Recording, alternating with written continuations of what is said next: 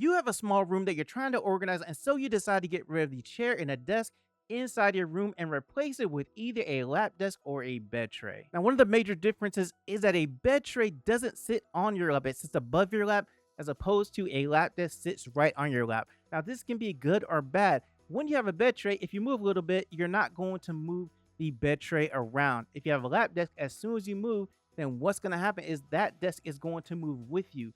Now, it's just not going to fall off your lap or anything. It is going to stay on your lap.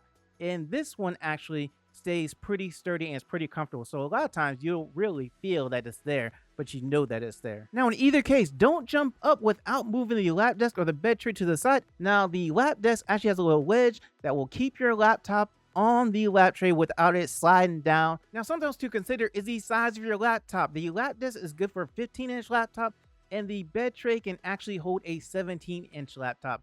So if you have a bigger laptop, then the bed tray might be better for you. Another thing to consider is how many other devices do you need at the time that you're going to use your laptop? Because the bed tray actually has an area just on the top of it that you can set your tablet or your cell phone and you'll have access to it. As opposed to the lap desk here, it only really has room for your laptop and then maybe a mouse. And by the way, if you're interested in either one of these items, the links are in the description. Now, speaking of space, the bed tray actually has enough room for you to have a meal or drink on the tray as you're doing your work. The lap desk does not have that much space. So you can't have a drink because they do have a cup holder there, but you can't have a full meal there. And that can be a disadvantage because a lot of times you're working, you don't want to get up and go to the kitchen and then fix everything in the kitchen and sit in there and then have to come back and get all resituated again. However, both have enough room to read or write on. The thing that makes the lap desk really good is that it is really portable. You can use it in the bed, you can go use it in a chair, you can carry it to your friend's house if you want to.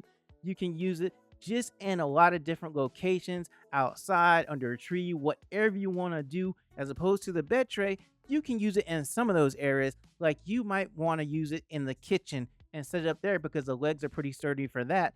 And you might be able to use it on the couch, but you just can't take it as many places and use it as many places as the lap desk.